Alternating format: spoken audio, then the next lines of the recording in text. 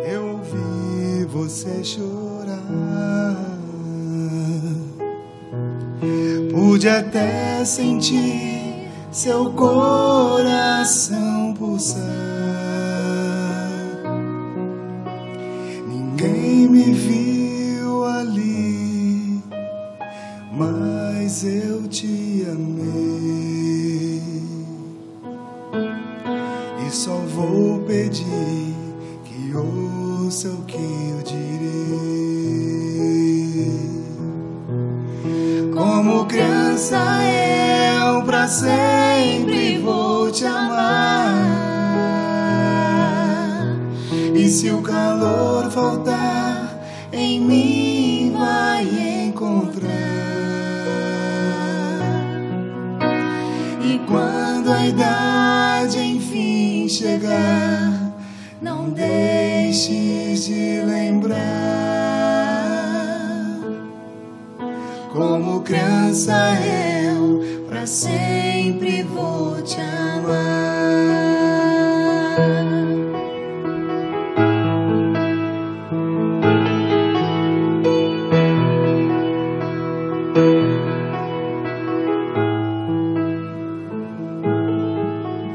Pude ouvir a primeira oração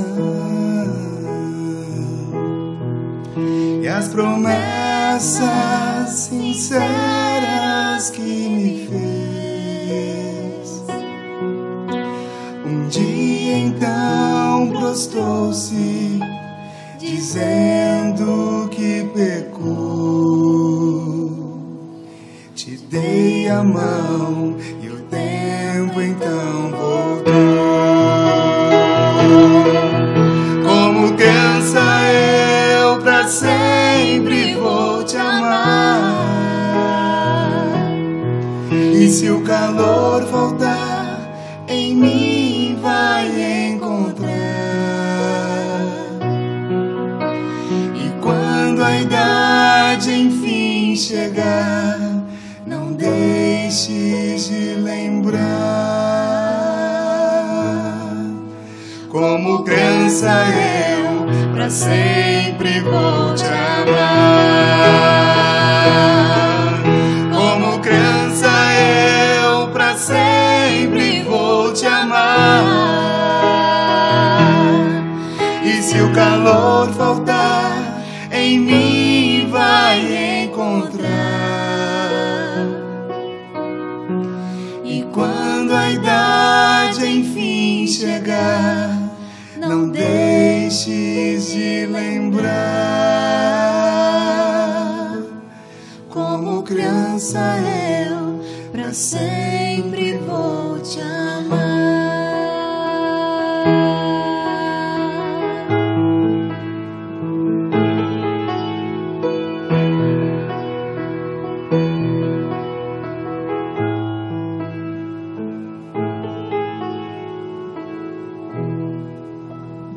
Amém.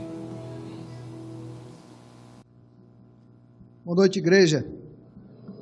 Louvado seja o Senhor pela sua presença. Obrigado, casal, pela linda música, declaração de amor a Deus. Queridos, eu até quase 18 horas não sabia que ia assumir a responsabilidade aqui hoje, né?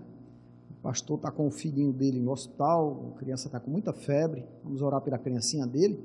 E o pastor pediu para que estivéssemos aqui, mas a palavra de Deus é sempre tão gostoso examinar a palavra de Deus, né? Que jamais vai faltar assunto para que nós meditemos na palavra de Deus, né? Pegue aí a sua Bíblia então, tome a sua Bíblia nas suas mãos e abra lá no capítulo 47 do livro de Gênesis. Gênesis, capítulo 47.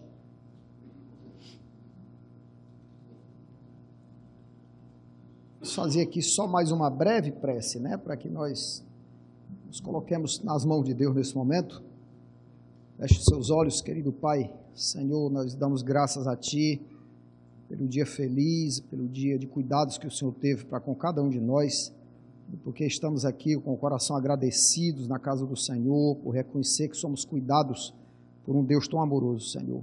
Deus, nesse momento, a santa palavra do Senhor está aberta em nossas mãos e queremos pedir, bom Deus, a tua direção, a luz vinda do Espírito Santo para que compreendamos o estudo que faremos, bom Deus, e que ele encha o nosso coração de fé, de esperança, ajudando para que os degraus, Senhor, da nossa vida espiritual cresçam, Senhor, ascendam um pouco mais, andemos um pouco mais na direção, Senhor, do teu trono, da tua glória e do teu poder, Senhor.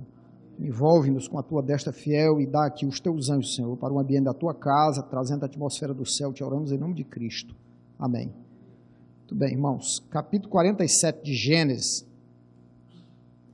nos versículos, a partir do versículo 7, diz assim: Trouxe José a Jacó, seu pai, e o apresentou a Faraó. Jacó abençoou a Faraó. Perguntou o Faraó a Jacó: quantos são os dias dos anos da tua vida? Jacó lhe respondeu: os dias dos anos das minhas peregrinações são 130 anos.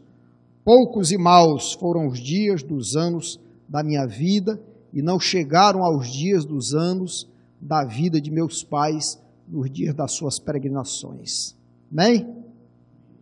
Irmãos, a gente fica perguntando assim, como alguém que estava vivo há 130 anos pode dizer que viveu poucos dias, hein? Como é isso? 130 anos vivendo e diz assim, olha, foram poucos os meus dias. A gente vai entendendo, né, pela a palavra a seguinte, né?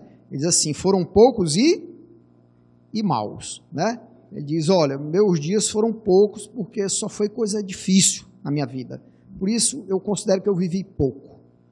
E aí, irmãos, a gente olha e diz assim, realmente, a gente fica a existência da vida da gente toda buscando ser feliz, né? Quem é que não quer ser feliz? Todo mundo está em busca de ser feliz, de ter alegria, de ter contentamento de alma. A gente foge dos problemas, foge das coisas que traz angústia para a gente, que traz dor, que traz sofrimento, não é verdade? A gente passa a vida da gente toda fazendo isso, trabalhando para prosperar, para ter uma boa condição de vida, para evitar sofrimento, né? Para ter conforto, para ter bem-estar. A vida da gente é isso. Então, e ele vai e diz mais assim, não chegaram os dias da vida de meus pais. O pai dele, fazia 10 anos, quando ele faleceu aí, fazia 10 anos que ele tinha sepultado o pai, né? O pai dele era Isaac. Isaac faleceu com 180 anos. Agora ele está com 130 e ele faz essa declaração. Provavelmente, ele sentia que ele ia chegar longe dos dias de vida do pai, né? Ele diz assim, olha, eu estou sentindo que do alto dos meus 130 eu não vou tanto assim para frente. Então, como meu pai viveu 180, dificilmente eu vou chegar perto disso, né? O avô dele, que era Abraão, tinha vivido 175 anos, né? Então, ele diz com muita certeza que ele não tem muita coisa mais pela frente. Mas ele diz assim, meus dias foram maus. Vamos recapitular a vida dele um pouquinho? Jacó, o primeiro grande momento de frustração da vida dele é quando a Bíblia diz o seguinte, que Esaú era um exímio caçador, o irmão dele, e ele não era de caçada, né? Ele era caseiro. E por ali a gente percebe que ele já tinha um sofrimento, porque o pai tinha preferência pelo irmão, né? O irmão que era do campo, o irmão que era um camarada lutador, que caçava, esse aí é um fraco. Imagino que aquilo ali já causou uma espécie de trauma na vida de Jacó, ele já cresceu sentindo aquela discriminação, tanto é que a mãe é que acolhe mais ele, né? Talvez para compensar a falta dessa preferência que o pai tinha pelo irmão dele. Aí depois acontece lá o episódio dele tenta roubar, e rouba, né, a bênção do irmão, a bênção da primogenitura, o irmão jura de morte, e aí a mãe já elabora um plano com ele para ele fugir, e a gente imagina que aquilo não foi nada boa, naquela situação toda, aquela tensão. Ele diz assim, olha, vai avançar dos dias de meu pai, quando meu pai morreu eu vou matar meu irmão. Imagina agora ele ficar pensando que ia ser morto pelo irmão, e aquilo deve ter causado angústia, sofrimento, e num dado momento eles executam o plano e ele vai embora, vai lá para os parentes da mãe, né? Chega lá junto aos parentes da mãe, e o sogro, né, dá um golpe nele, ele queria se casar com a que amava, que era Raquel, mas o sogro dá um tombo nele, né? Ele é obrigado a casar com a outra, ele casa com a outra sem saber, com Lia, né? aí tem que redobrar o trabalho para ter a amada, aí são 14 anos de serviço lá para o sogro, e depois continua a jornada, né? O sogro enciumado, e as coisas para ele davam certo, para o sogro não dava, daqui a pouco está a família toda conflagrada, até que ele chega para as esposas e diz, olha, é hora de ir embora daqui, não dá mais não, os irmãos de vocês estão me olhando diferente, né? E o pai de vocês também está chateado comigo, a gente tem que ir embora. E aí vão embora, mas sai fugindo, né? Sai numa fuga. E, irmãos, aqui não deve ter sido uma coisa boa, né? Ajuntou, saíram, tudo. Quando Labão veio saber, disse que ele já estava 3 dias de caminhada, né? Labão junta os guerreiros, junta todo mundo e vai atrás dele. Só que Deus adverte a Labão e diz assim, olha, não faça nada com ele. Deus adverte Labão no sonho. E aí Labão se encontra com ele e ele diz assim, olha, eu não tirei nada de você, você tirou até meus ídolos, não tirei nada. Manda cascavilhar tudo lá, ele realmente não tinha tirado os ídolos, né? Raquel era que tinha furtado os negócios lá. Era brabo o negócio da família, né? Não era fácil. Então, depois daquilo ele se despede do sogro, mas aí outro problema aparece, o encontro com o irmão. Ele sabia que tinha saído fugido lá, e aí chegou alguém e deu uma notícia, olha, teu irmão está vindo aí com 400 homens. Ele já sabia o que significava aquilo, né? Rapaz, ele vem para arriscar meu nome da terra.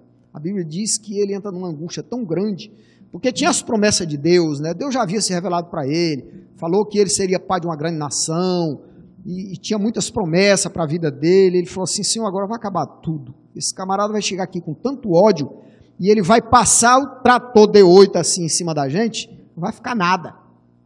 E aí, irmãos, a Bíblia diz que ele entra numa busca, num clamor tão grande por Deus. Ali é o grande encontro de Jacó com Deus, né? Vamos olhar aqui, é em Gênesis 32.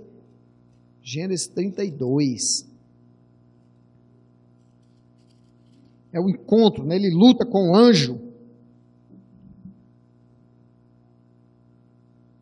No verso 32, do 22 do capítulo 32 de Gênesis, diz assim, levantou-se naquela mesma noite, tomou suas 2 mulheres, suas 2 servas e seus 11 filhos, Benjamim ainda não tinha nascido aqui, né? O último era José, e transportou e transpôs o val do Jaboque.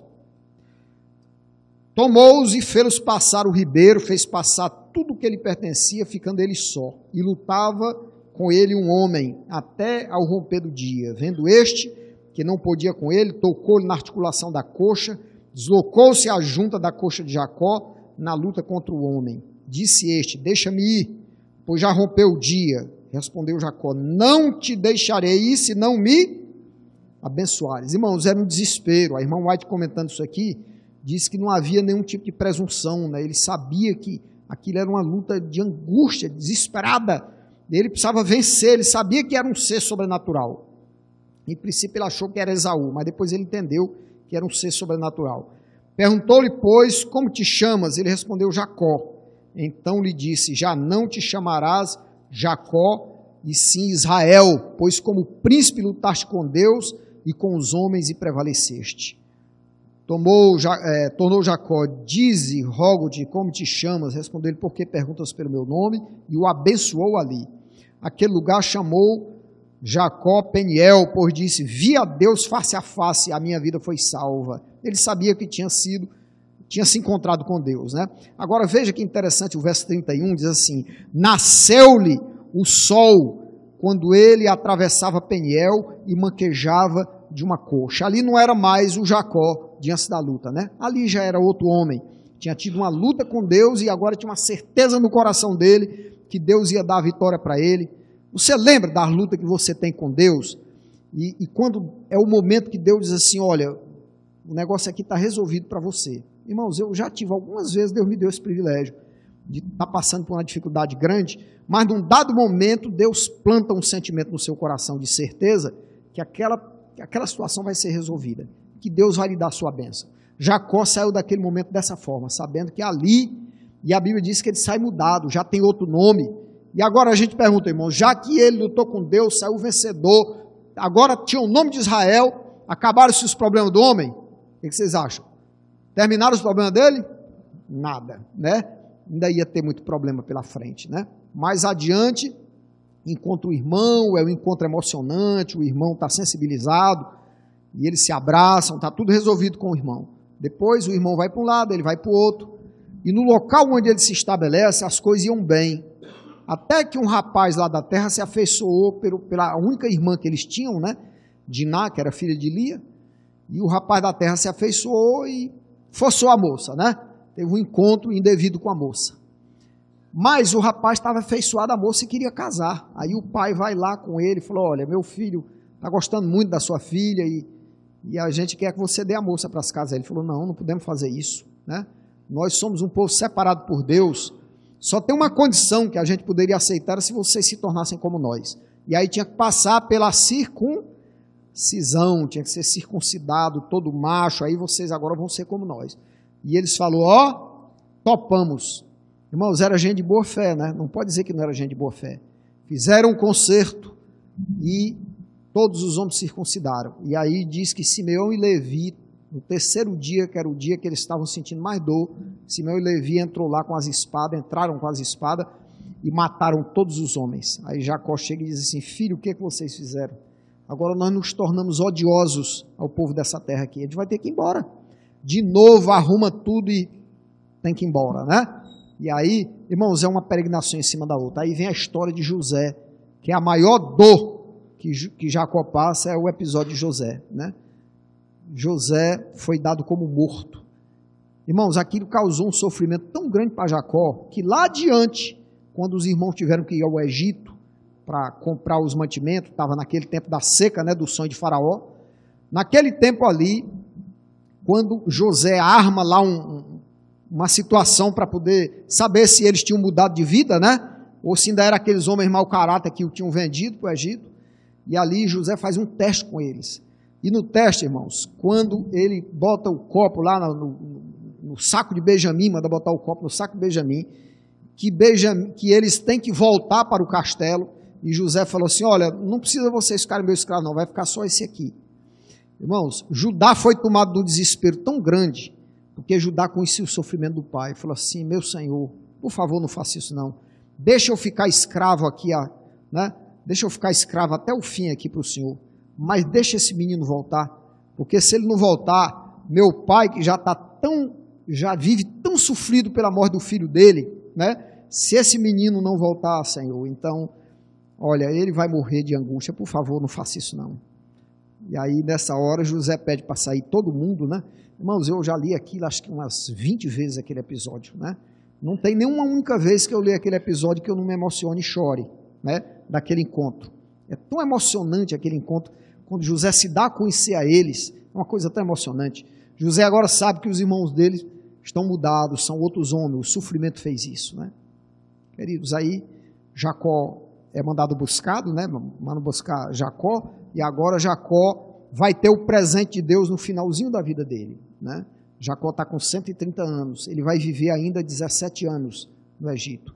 Ele faleceu com 147 anos. Aqueles 17 anos, irmãos, foi um prêmio que Deus deu para Jacó no finalzinho da vida dele, né? Ele vendo o filho governador do Egito, prestigiado, né? A família toda abençoada, a família dele estava altamente honrada lá dentro do Egito, né? Porque José se tornou assim um herói para a nação do Egito, né? O povo prestava reverência ao filho dele, o filho dele era o governador da terra. Então Deus dá aquele presente para Jacó, mas quando, queridos? Lá no finalzinho da vida. Por isso que ele, quando é levado diante do faraó, ele diz isso, olha, foram poucos e maus os anos da minha vida.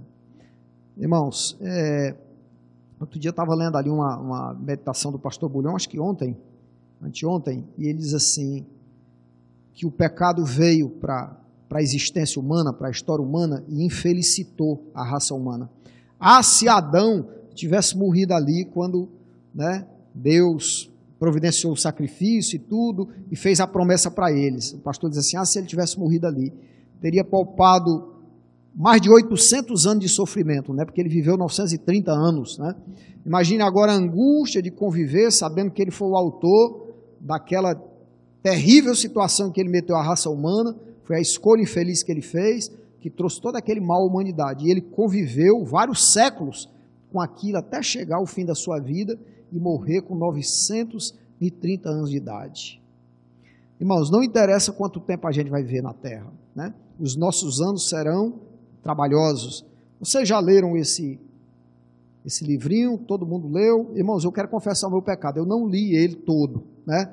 No dia de distribuir, eu ainda não tinha lido ele todo, para vergonha minha, né? Deveria ter lido já todo, né? Mas eu não tinha lido ele todo, estava lendo. Irmãos, é tão preciosa essa leitura aqui, é tão rica, né?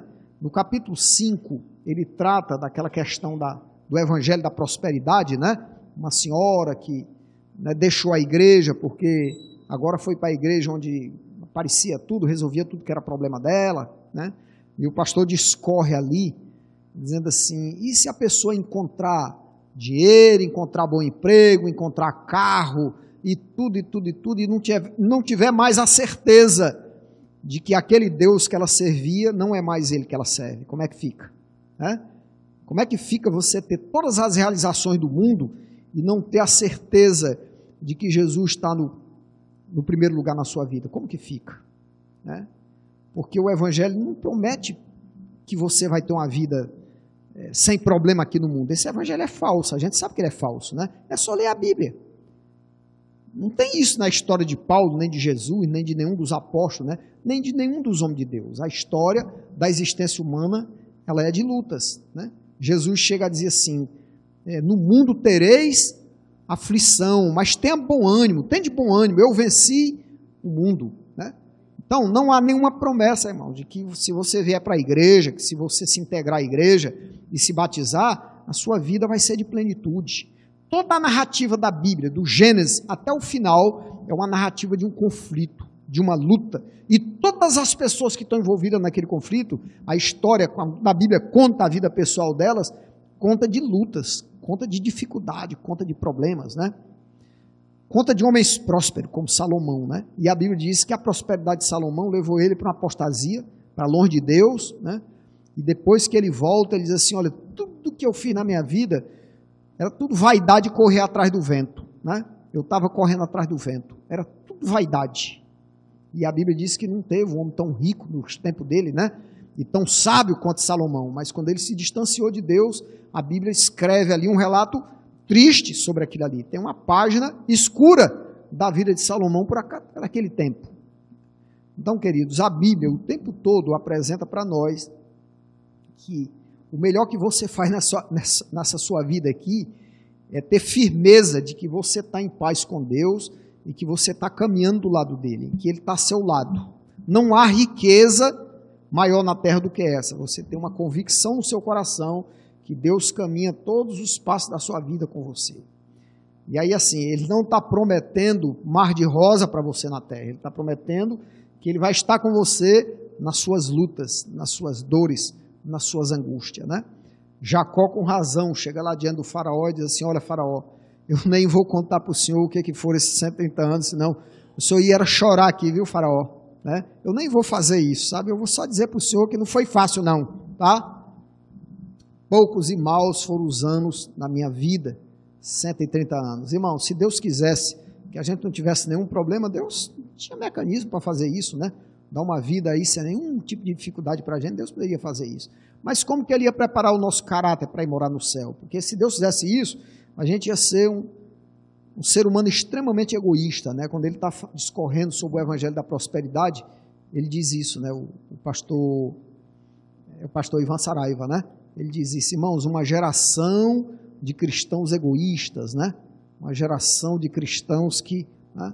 Você não vê essas pessoas falar da volta de Jesus, você não vê essas pessoas falar de tantas coisas maravilhosas que tem na palavra de Deus, não, você vê as pessoas só preocupadas em dizer, olha, vou adquirir um carro, vou ter um não sei o quê, é uma propaganda comercial, né? Como se Deus fosse uma grande caderneta de poupança ali, entupida de dinheiro, para ficar resolvendo o problema daquelas pessoas, né? Esse evangelho não é verdadeiro, queridos. O evangelho de Cristo, ele diz que você vai ter lutas aqui. E ele diz assim, eu vou prometer que eu vou caminhar com você todos os dias da sua vida. Amados, eu louvo a Deus por aquele crente que nunca desiste do Senhor, que vem aqui hoje, ele vem amanhã, ele vem o ano que vem, ele não se cansa de servir a Deus. Passa-se um ano, 2 anos, a vida dele tem tantas provas, tem tantas lutas, mas você o encontra uma dezena de anos depois, ele ainda é aquela pessoa fiel, leal ao Senhor, ele continua a despeito de todas as lutas dele, das provas dele, ele nunca desistiu do Senhor seu Deus. Queridos, esse aí é o que vai escrevendo a sua história com Deus. Nós aqui na terra, nós estamos escrevendo uma história, né? A gente às vezes não pensa muito nisso, né? Mas a gente está escrevendo. Na nossa trajetória de vida, estamos escrevendo uma história. Às vezes tem pessoas que ficam naquela ansiedade, né? E assim, ela quer sempre ganhar, ela quer sempre ter uma saída para os problemas, que é o caminho mais fácil. E, queridos, e às vezes a pessoa sofre mais do que se ela, né, levasse com firmeza um propósito só e fosse por ali, dizer, não, vou por aqui, né? Quer seja difícil, quer seja fácil, mas eu vou é por aqui, não vou desanimar, nem vou desistir.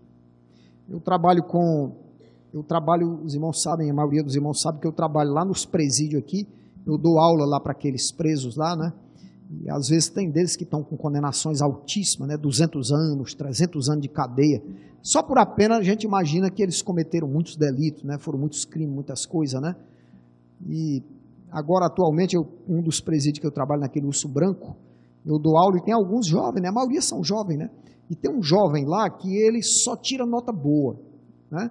A gente, é o sistema modular, né? Eles estudam, a gente instrui e depois vem e faz a provinha com eles. Mas tem um menino lá, ele só tira 8, 9, 10, a nota mais baixa dele é 8, né? 9, 10, enquanto outros tiram 2, tiram 3, tem que repetir não sei quantas vezes a prova, ele é tirando 8, 9, 10, né? E eu fiquei curioso, né? Mas esse rapaz é tão aplicado, ele deve ter uns 25 anos, né? 24 anos. E aí uma senhora que auxilia lá dentro da gente, ela ajuda auxiliando lá, uma pedagoga, ela falou assim, professor, o senhor sabia, esse menino, ele estava lá no negócio do menor, lá no centro de, como é que chama? Ressocialização, né? Que é o do menor, diz assim, esse menino dava tanto trabalho, mas você imagina como esse menino era problemático. Eu estou admirada desse garoto aqui. Como que esse menino agora está aplicado, né?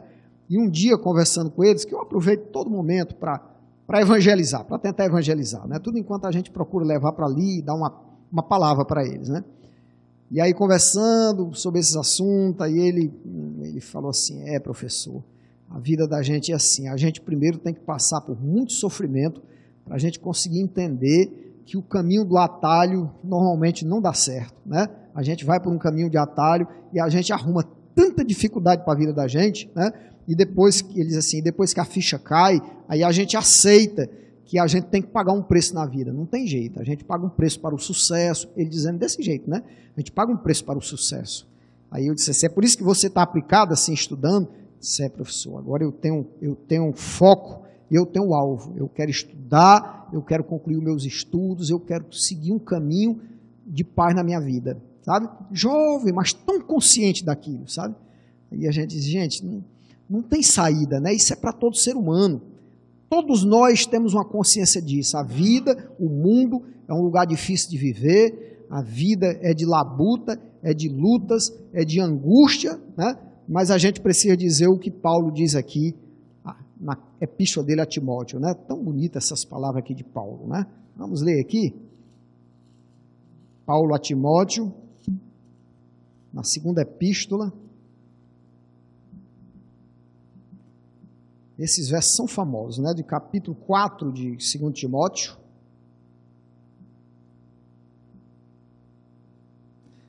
Paulo diz, no verso 7, combati o bom combate, né? Isso aqui ele está falando da jornada de fé dele, né? Completei a carreira e guardei a fé.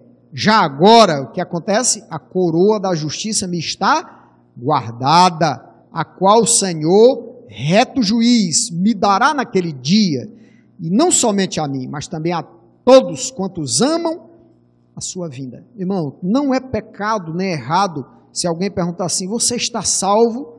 E você dizer, sim, eu estou salvo, né? Às vezes as pessoas acham que é presunçoso, né, dizer isso. Irmãos, não é presunçoso dizer isso. Desde que tenha convicção no seu coração que você anda com Deus e que Ele está dentro da sua vida, e que você está fazendo tudo o que agrada ao Senhor. Não tem pecado nisso. Você dizer, sim, eu sou uma pessoa salva, em Cristo Jesus. Se eu morrer hoje, eu tenho a convicção da minha salvação, porque eu estou andando com o meu Senhor. Não tem nada de errado você dizer isso. Paulo está dizendo exatamente isso aqui. Ele disse, olha, eu passei a minha vida toda buscando ser fiel ao meu Deus. Tudo que o Senhor botou na minha mão, eu, na medida da misericórdia e do amor dele, eu fui fazendo. Então, eu combati esse combate, a minha vida toda. Eu completei a carreira, eu fui, agora eu já estou uma pessoa idosa, eu guardei a fé. Agora eu tenho certeza que a coroa da vida me está guardada. Queridos, não tem uma convicção mais preciosa para o coração do ser humano do que você ter a certeza de dizer assim, a coroa da vida me está guardada. O Senhor guardou já a minha coroa, ela já está ali pronta, né? No dia da volta de Jesus, eu tenho certeza que a minha coroa está separada para mim. Amém, queridos? E olha, você está escrevendo essa história para que Deus prepare a sua coroa, sabia? Você está escrevendo, ela está lá, Deus está colocando as pérolazinhas nela, na sua coroa, está adornando a sua coroa, para que na hora que Jesus, no momento de glória do encontro lá no céu com todos os justos, você receba a sua coroa. Quem quer receber a coroa das mãos de Jesus? Quem quer receber? Eu também quero, queridos. Amém? Então que Deus plante no seu coração o compromisso de ficar firme, guardar, completar a carreira e guardar a fé, para que você receba a coroa das mãos de Jesus. Amém, queridos?